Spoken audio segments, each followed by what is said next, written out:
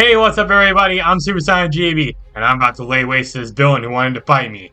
You know how this will end, and so do I. I'm gonna defeat you, and avenge all the people from my hometown that you killed!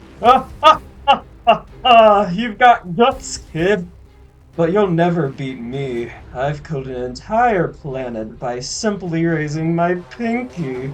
What makes you think you have a chance against me? I can beat you, because I have the power of family and friendship inside of me! Inconceivable. He's overflowing with so much power. I'll have to kill him quickly, or else I'll lose. Okay, kid, bring it on. I'll take you down and save the world! You're such a fool for challenging me. Ready? Crash! And that was the trailer for Anime Arena Fighter 765, produced by Bandai Namco, and sponsored by Raid Shadow Legends. Oh god, not another Anime Arena Fighter! Hello GameStop, I'd like to make a pre-order. Anime. Everyone's favorite thing.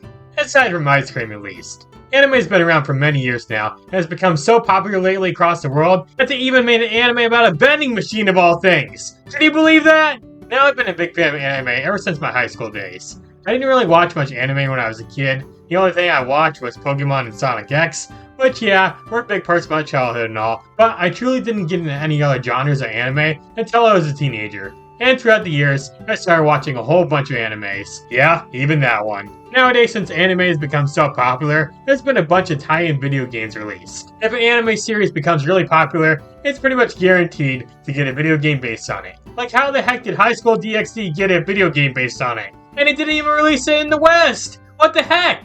For real though, even to this day, we get a lot of video games based on anime. And one of the most common types of anime games we've been getting lately are 3D arena fighting games. These are games where two fighters face off in a 3D space and use tons of flashy moves on each other until one of them is KO'd, and the winner is crowned.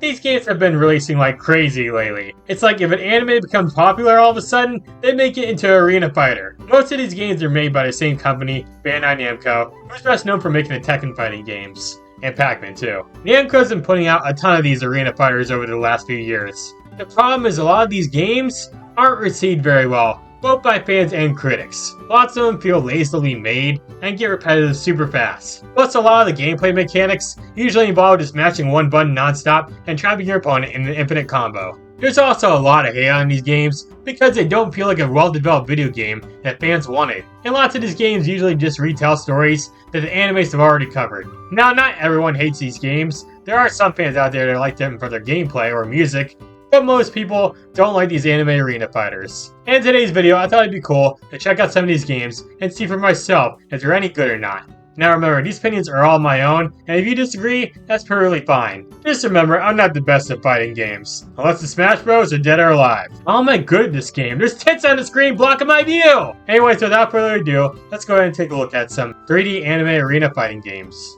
Up first on our list, we have My Hero Academia: One's Justice. This was a game released back in 2018, based on the anime My Hero Academia. This game was released back in the anime's early years, right around the time it became really popular.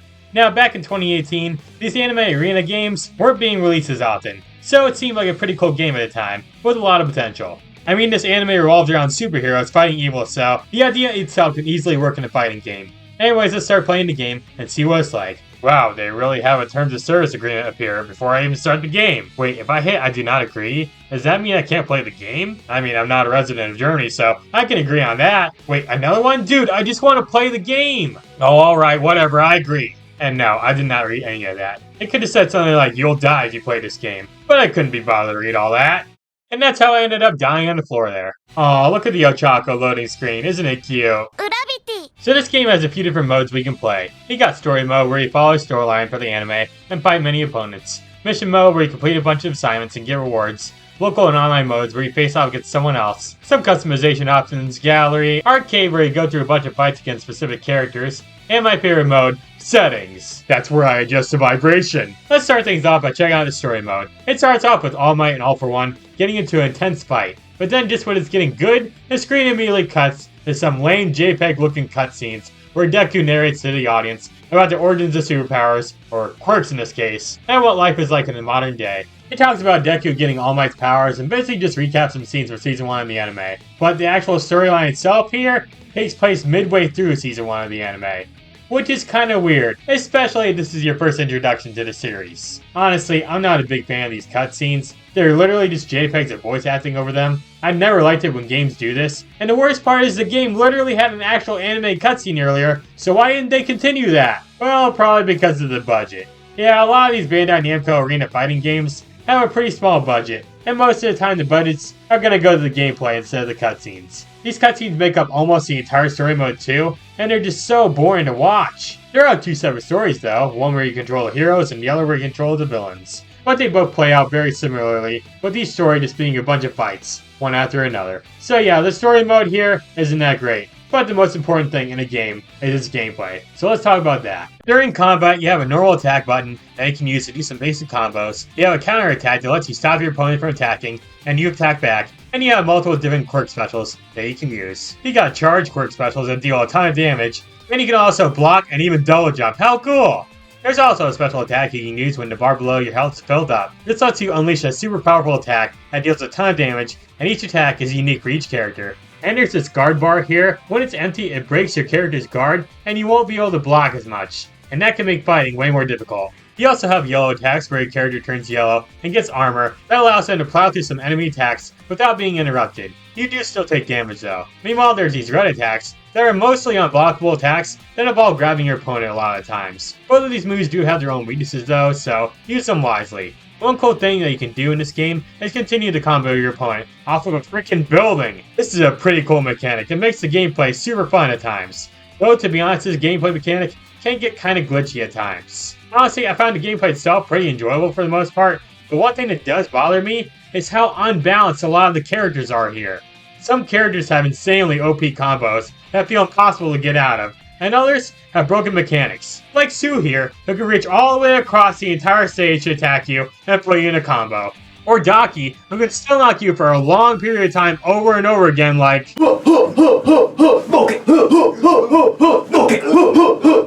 Yeah, this game definitely has issues with the combat, and it can get really repetitive as you play on. Now there are assist characters you can use in battle that'll help you deal damage or give you buffs. And that's helpful, but not helpful enough for your opponent is Sue. She's basically the Min-Min of this game. The character roster here is alright, but nothing to write home about.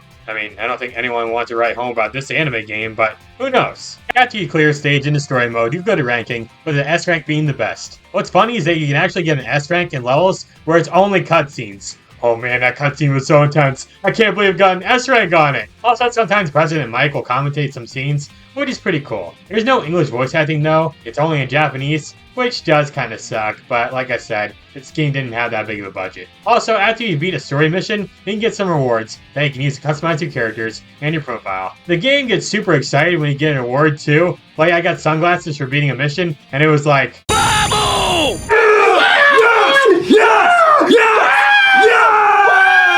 Now, here's my overall thoughts on this game. It's an alright game, but it's nowhere near perfect. The gameplay is enjoyable, but really repetitive, and dealing with OP characters is a real pain.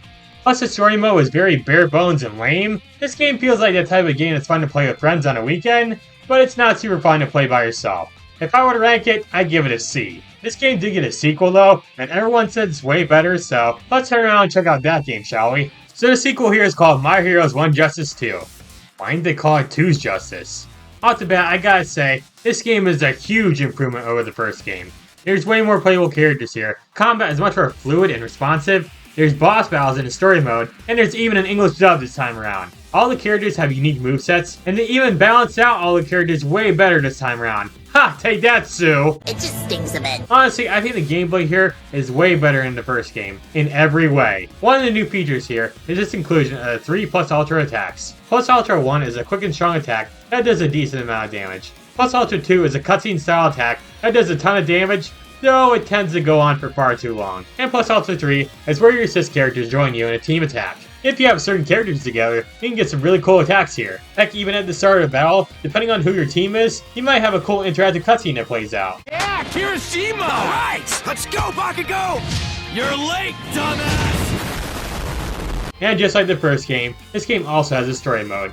Unfortunately, it's still not the best. There's still a lot of these JPEG cutscenes here and there, and this game revolves around Season 4 of the anime, so if you've already seen it, there's not much new content to take in here. There are a few anime cutscenes in this game, but most of the time, you're just going to be looking at JPEGs with voiceovers like this. This is a sexy picture of Zelda, and this is me pointing up for some reason. And these are the bestest of friends discovering treasure for the very first time. Don't ask me what's in that chest. I will admit though, the stage selection for the story mode is way better looking, and has voice acting describing what happens in each episode. You also get to play as way more characters this time around, which is pretty cool. I mean, come on, what's more satisfying than being up Minato with Mina? I promise you'll have fun in my bed chambers. That was very inappropriate. Sheesh, no wonder why no one likes you. Here's the thing about this game though. A lot of people just kind of threw it aside and stopped playing it really quickly. Why, you may ask? Well, mainly because it's really similar to the first game, and up to the point where they basically look like the exact same game. This game only came out 2 years after the first game, and lots of people just kind of judge it as a cheap cash grab Namco wanted, because the first game was a bit of a letdown to a lot of people. Now, in my honest opinion, I thought this game was way better than the first game, and honestly, this is one of the best anime arena fighters I played. But releasing this game only 2 years after the first game, on all the same consoles, wasn't the best idea. Heck, at this point, I'm shocked they haven't released a third game yet. And no, this one does not count. So yeah, overall, I enjoyed My Heroes 1 Justice 2. The gameplay was fun, the character roster was great, and they even had my girl Nidre in the game. That automatically makes it great. Hey! Oh yeah, I was also looking at some reviews for this game, and the very first one I came across was this one right here that said, "I love it, make a crossover game between My Hero Academia and Morbius please on PS4. Man, what a legend right there. So yeah, those are the My Hero 1 Justice games. And while they were enjoyable for the most part, they definitely had their issues. And like I said, it doesn't help that Namco basically gave up on both games pretty much immediately. Now the next game we're going to take a look at is another weird one. This one's an anime arena fighter about One Punch Man of all people. It's called One Punch Man, a hero nobody knows. Is it any good? Well, according to a lot of reviews online, no, it's not. But let's find out and judge for ourselves. One Punch Man, a hero nobody knows, was a game released back in 2020, or 2019 in Japan, on all modern consoles. Well, except the Switch, and Google Stadia. Does anyone even remember that thing? So this is another Bandai Namco game that when it was announced, it was hit with a lot of questions. First off, why are they making a One Punch Man arena fighter? Isn't the whole idea of the anime the fact that Saitama can beat any opponent in a fight with just one punch? How the heck would that work in a fighting game? Would they find some way to nerf him or make him fail? Don't worry guys, I'll answer all your questions soon enough. For now, let's start the game up and see what it's like. Oh god, more of this crap, skip! So the first thing the game has us do is create our own custom hero. You'll be playing as this character throughout the story mode too. You choose your hero's gender, name them, then make a hero costume for them. Customization here is pretty lackluster though, not gonna lie. Like, yes, nothing's more heroic than seeing a guy in a hoodie. I'm basically a superhero! Wait, does that say Opie on it? And it has tits? Alright, never mind. This guy's a real hero. I also find it hilarious that almost all the accessories can be added to any part of your character's body. Like, holy crap, I can have Saitama become my chest! Or I could become one Shades Man. Or multiple Shades Man. That guy looks really cool. Anyways, after you finish making your character, we jump into the first cutscene in the game, where we see our character getting beat up by a villain, but then Saitama steps in and saves us. Also, this one line from the villain here sounds really off. I'm guessing the devs made him do one take and said, good enough. Who the hell are you? Anyway, Saitama easily beats him, but our character passes out and then is woken up by Lecture Man. He gives us a lecture on how the game works and talks about things like hero ranks. Break complete missions, become a higher ranked hero. Then he goes over how missions work, with new ones being available as you play onto the game. And he goes over how to move around a town to progress. Yeah, in this game, you actually get to walk around a small city that's basically a hub world to get to your next objective, or do missions, or buy stuff at the shops. I actually like that this game has an open hub world like this. Most of these arena fighters are just going from fight to fight, but here, you have more freedom to do what you want. Anyways, we jump into our first mission and fight this discount Terminator. I'll be back. And this is where we learn how to play the game. In this game, you got normal attacks that you can do for quick combos, and strong attacks that are slower but deal more damage. Some attacks can be charged, and you can do certain button inputs to perform combos. You can also perform throw attacks, guard, dash forward, and jump. You can also perform what's called a killer move, where you basically press every button at once to land a devastating blow. This move looks like a JoJo attack! Now personally, I'm not a big fan of this game's combat. It's super button mashy, and most of the combos aren't that interesting. Character roster is pretty good, but my gosh, this game is so unbalanced. Some characters are super OP, while some others are complete garbage. Most of the cast play very similarly too, and don't feel unique or interesting to play as. Now the most OP character in this game is without a doubt Saitama, aka One Punch Man himself. And if you play as him, you literally take no damage, and just like the anime, you can beat any opponent with just one punch. Here's the catch though, in order to play as him, you have to wait for a certain amount of time for him to arrive to the battlefield. He can perform certain combos to make him appear faster, and once he's arrived, you literally can't lose. Though if your opponent is Saitama too, the match plays out like you're playing against a normal character. There are so many issues here with this character. For one, your opponent can just camp you out until Saitama arrives, and if you're struggling in a story mission because the character sucks, you can wait for him to arrive to finish the job. But then you're just gonna sit there and wait for his arrival, which can take a bit. There were so many times I just stood there bored out of my mind waiting for Saitama to arrive. You can actually disable Saitama completely in a different rule set, which does make the game more bearable, but at that point, why even call this game One Punch Man? I'm more of a one kick man kind of guy. Yeah! Another thing that sucks here are the many loading screens this game has in it. Every time you do anything, there's a loading screen right after that. Remember that amazing game Sonic 06? Oh, remember how many loading screens that game had in it? Well, take that and put it in One Punch Man, the hero nobody knows. And bam, we get a loading screen every minute. Hey everybody, today I'm gonna do something really cool. Goddamn loading screens! Another thing that sucks about this game is the actual story mode. Wow, is it boring. Every mission feels exactly the same, and it gets super repetitive real quickly. The story is based on season 1 of the anime, but this time around, it follows your OC becoming a hero and going through his hero training. So basically, it's a self-insert fanfiction. And yeah, those are always amazing stories, am I right? Okay, maybe not that one. Or that one. While I did enjoy One Punch Man Season 1, seeing it be retold here again, while I'm looking at this freak of nature here, it's both terrible and hilarious at the same time. Most of the time in the story mode, you just run around the hub world, talk to an NPC, start a story mission, and fight a bad guy to proceed. You also play some missions as other characters from the series, which is cool and all, but since the gameplay here is so boring and repetitive, it really didn't make that much of a difference. Some of the villains you fight in the story mode look so generic and bad, that it's honestly hilarious. Like, holy crap, was that Persona 5 Piccolo? Persona! Whoa, I can't believe they made the horse guy from Everybody Onesie switch into a villain in this game. Meanwhile, this guy right here just looks like a generic bald evil guy. Where's this evil eye patch at? Anyways, this game did get one thing right, that being the voice acting. Yep, this game has a full-on English dub, with the cast of the anime returning. Cool, it's One Punch Ryuji! For real? Oh, and hey, it's the girl from Z-Girl 3! Who's a brat? That's not what she said. Hey, I said the voice acting was good, I never said the translation was. Here's the thing though, this game ended up being a pretty big failure. Fans and critics both hated it. The online wasn't very good for this game, and it ended up shutting down faster than the Flash failing at the box office. It also had issues of frame rates, lack of modes, and strange DLC that should have been in the game from the very beginning.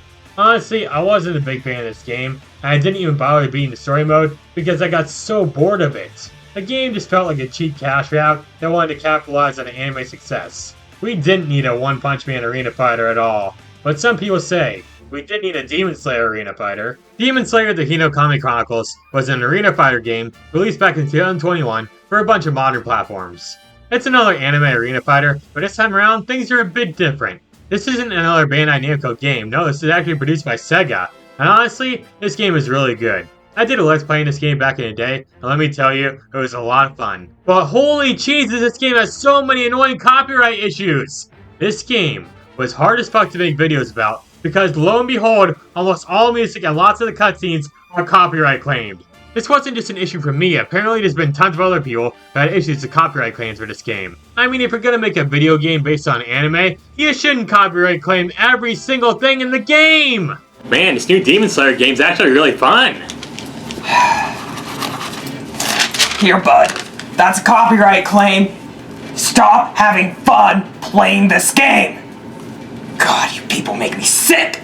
Okay, sorry about that little rant, I had to get that off my chest. So this game came out at a pretty bad time. It was released in 2021, at a time where lots of people were getting really sick of anime arena fighting games. When the game's trailer came out, a lot of people were kind of disappointed Demon Slayer was going to get an arena fighter game instead of an RPG or hack and slash game, but thankfully this game turned out to be pretty good. At least in my opinion it did. Anyways, let's play the game and see what it's like.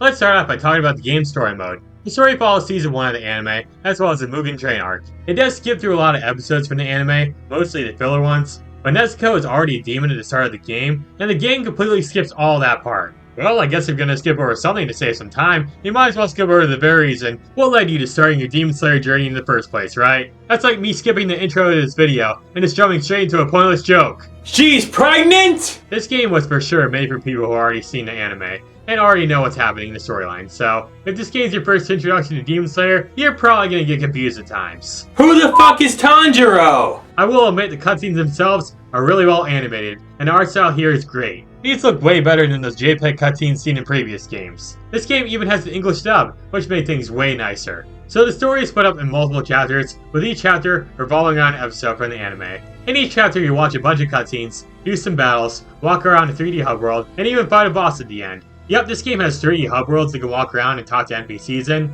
The hub worlds in this game are all locations based on the anime, and while some are really small, some others are really large, and you can find cool hidden treasures within them. Also, just kind of changing the subject here, but I originally read that last line of text as cool trousers instead of treasures. Like, holy crap, look at those cool trousers! Anyways, the main focal point on this game is the combat, so let's go ahead and start talking about it, shall we? In this game, you have normal attacks, which when pressed in a certain order, can do a basic combo. All characters have special moves that are unique to your movesets. You can dash around the stage in quick step. You can also block and parry attacks. There's also this mode called Boost Mode, which will give you a buff for a short amount of time. This lets you move faster and do more damage, which is awesome. Then there's Surge Mode, which makes your special moves extremely powerful, and you even get some super armor during Surge Mode, which can make you pretty OP. You also have an Ultimate Art, which is basically a special attack that deals a ton of damage. It also plays a really cool cutscene when you use it. You also have some assist characters who can save you from a deadly attack, or they can do some attacks against your opponents. Honestly, I think the combat in this game is great.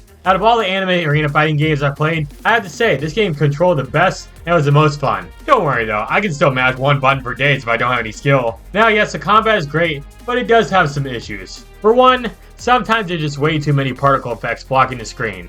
All attacks are really flashy and cool looking, but there's times where you can't even see what's going on. The camera doesn't help either, because it'll move on its own from time to time, and this can really throw you off. I should also mention that I played this game on the PS4 back in the day, and the button inputs have a slight delay on the PS4. I don't know why it's like this, maybe Sega just hates PS4 owners, but this slight delay was very annoying, especially during online play. Another thing I want to mention is the game's roster. It's a bit on the small side, and some characters are missing, like my girl Mitsuri. Poison potato! But every character here plays differently and feels unique. I like playing as Demon Nezuko the most because she got some killer combos and she's fun to play as. There's also some unlockables that you can get by playing through the game's story mode, and after each fight in the story mode, you'll go to rank, with S being the best rank as usual. The story mode boss fights were some of the best parts of the entire game. They all felt unique and fun to fight. There are times during fights where we have to do some quick time events though, and while that can be annoying, they're not that hard to miss. Especially considering you can press any wrong button, yet still be fine. The story mode itself did feel a little too short, but it was still pretty fun to play through, especially the Mugen Train arc part of the game. The music is also pretty good, but lots of the songs are copyrighted, so if you want to make gameplay videos of this, then good luck. Or you can just turn off the music. That works too. Overall, I really did enjoy Demon Slayer The Hinokami Chronicles. It had awesome gameplay, a good story, and amazing boss fights. It's definitely one of the best anime arena fighters out there, and I highly recommend it to any fans out there of the series. I'm still waiting for a Demon Slayer RPG though. We got Demon Slayer Mario Party before Demon Slayer RPG. Come on, man! So yeah, that was Demon Slayer The Hinokami Chronicles. And like I said, it was actually a really good game. But I know the reason why you guys are watching this video in the first place. You want to see me play shitty games! And don't worry, this next one is a really shitty game. And it's based on the anime Jujutsu Kaisen. Yeah, this one's not that great. Up next we have Jujutsu Kaisen Curse Clash. This is another Bandai Namco game released this year for all modern consoles. When this game came out, it was not received very well, both by fans and critics. Why? Because my god, is this game such a lazy cash grab! There is so much wrong with this game that I honestly felt like the devs wanted to ruin the legacy of the series. I mean, the main menu screen here is literally just the anime's intro on repeat. I mean, yeah, that intro is cool and all, but we don't need to see it again here in a video game on the main freaking menu. It just seems lazy, but don't worry, things only get worse from here on out. The first thing I checked out was the story mode. It follows season 1 of the anime, as well as the movie. Or should I say, parts of season 1 of the anime. Yeah, it keeps showing back and forth randomly to different scenes from season 1 of the anime. Like, we'll start off by watching a scene from episode 4, then jump to a tutorial fight against Gojo, then jump to a scene from episode 1 of the anime.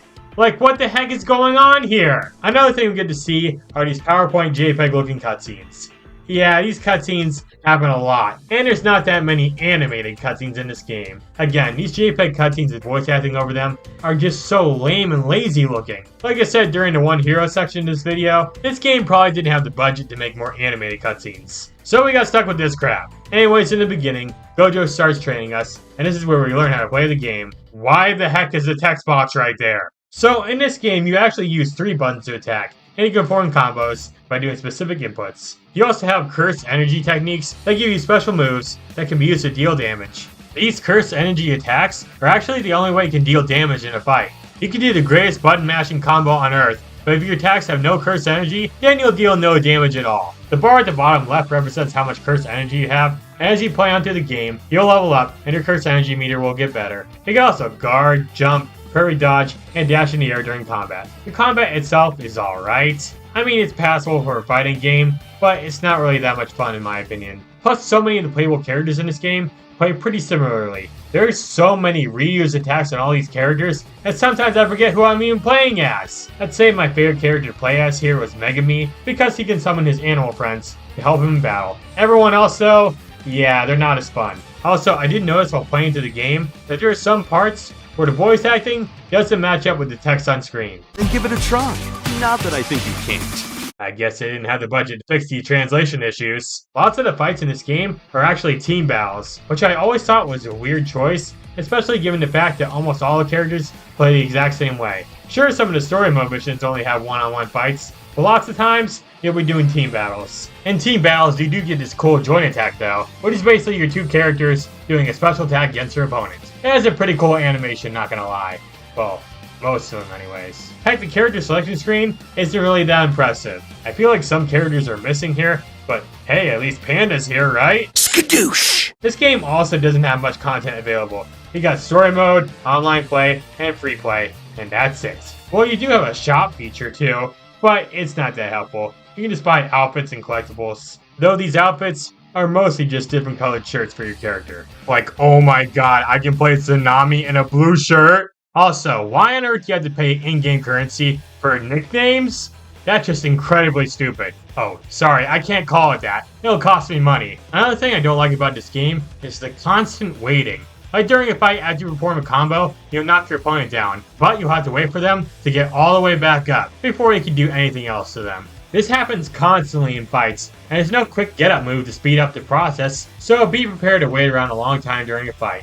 Plus, the loading screens in this game take forever to get through. I could read that entire long, infamous Loud House fanfiction before a loading screen in this game is done with. This game does have some boss fights too, but they're really not that fun to fight. Most of the time they're pretty easy, and it's funny because they'll taunt you sometimes and be like, "You can't beat me, weakling," but then I'm just like, Nah, I'd win. No, I'd win. No, I'd win. No, I'd win. Looks like we're gonna have to settle this like real men. Seems so. Uh-huh. Uno! I win! This is tic-tac-toe. Damn it! I thought it was rock, paper, scissors! visually this game looks okay at best, but while looking at the character models here, I have to say, they kinda look like Fortnite skins. And that's not a compliment at all. You can also form bonds with a lot of the characters you meet in the story mode. The relationship chart here shows how well your bonds are with certain characters, and you can complete missions to increase your bonds with them. Also, there's just not enough stages in this game.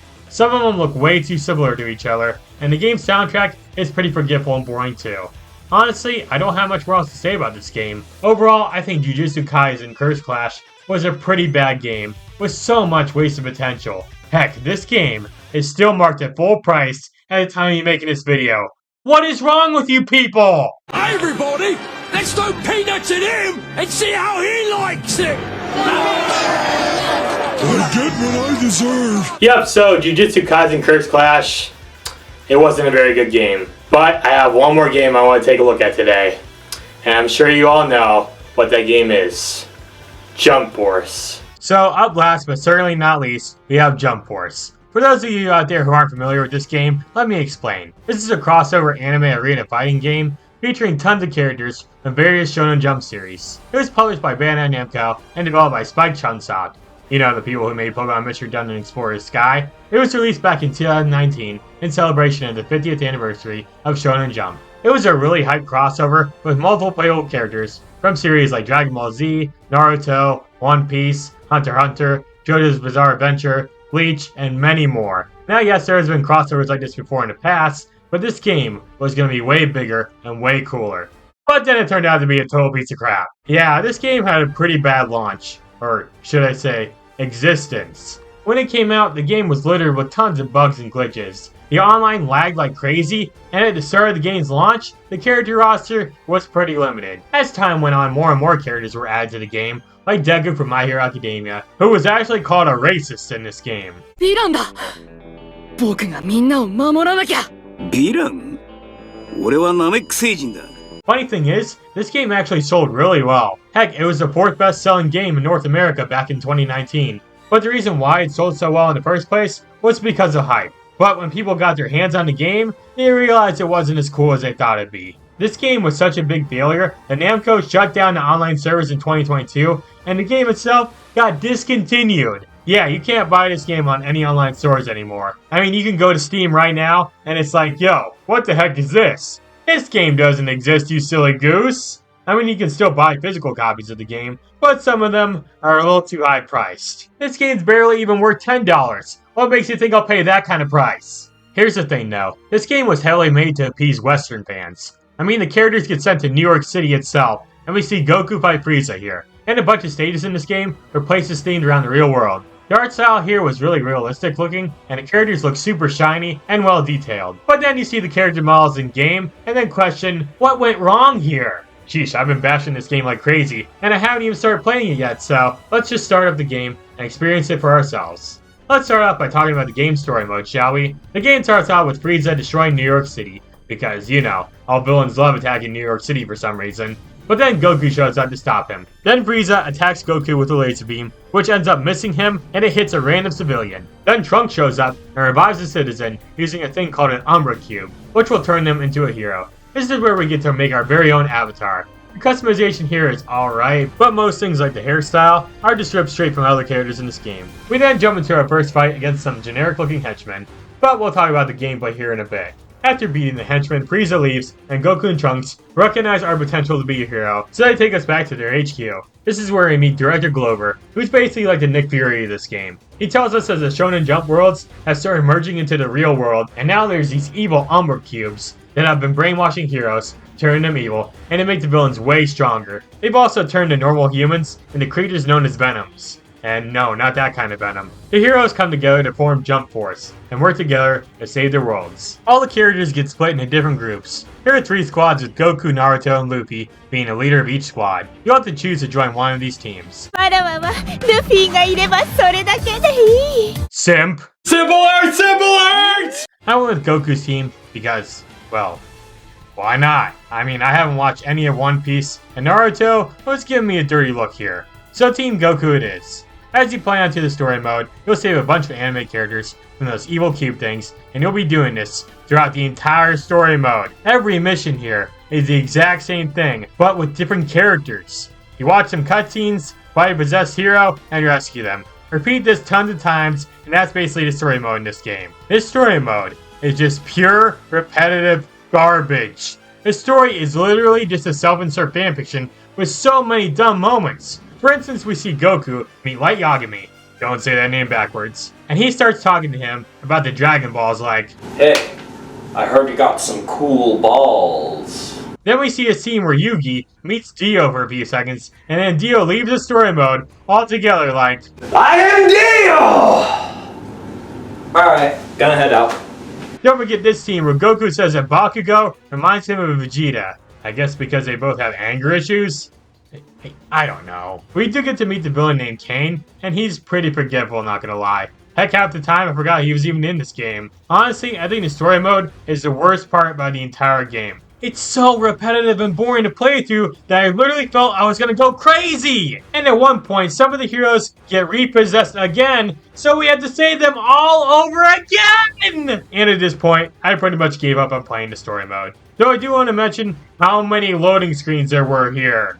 Out of all the games I played today, this game somehow had the slowest loading screens I've ever seen. Talk to an NPC, the game loads. Start a fight, the game loads. End a fight, the game loads. Watch some long-ass cutscene, the game loads. The game loads so freaking much. And they're so slow too. In fact, the loading screens were originally so slow that devs actually patched the game to fix it. But they're still as slow as can be even now. The loading screens will last up to 1 whole minute. And that's insane. Originally, it used to be 3 whole minutes, but the patch nerfed that a bit. Alright, I put this away for long enough, so let's start talking about the game's combat. You got the basic stuff like jumping, blocking, and dashing. You got normal attacks that can become more powerful by holding the attack button down. You can throw your opponents, use strong attacks that are slower, but stronger, and you have an ability gauge that lets you charge up your energy, and after you're all charged up, you can do a character's special moves. These moves are some of the best in the entire game. Some of them are really powerful and cool looking, but every time you use them, your ability gauge will decrease a bit, so remember that. You also have an awakened ability, which is basically a really powerful special attack. Now most of the time in this game, you'll be doing team battles, with each team consisting of 3 characters. You can switch characters mid-battle, and you can use your teammates as assists during combat. You can even do an awakened team battle, which is pretty cool. Honestly, I thought the combat was decent. Now, it's not the greatest in the world. I mean, half the time you can barely see what's happening on the screen because of the particle effects, and loads of characters aren't very well balanced, plus sometimes the combat can be kind of sluggish. But performing combos is kind of fun, and being able to switch between characters is pretty cool, and destroying the stage around you is also awesome. You also can win a majority of fights through button mashing, but I don't know if I'd call that a good thing or a bad thing. Overall, I feel like the combat can be hit or miss sometimes. While it can be fun at times, it can also be really frustrating. I would also like to mention how annoying the music was in this game at times, especially when you're playing through the game's story mode and have to constantly hear the lobby music.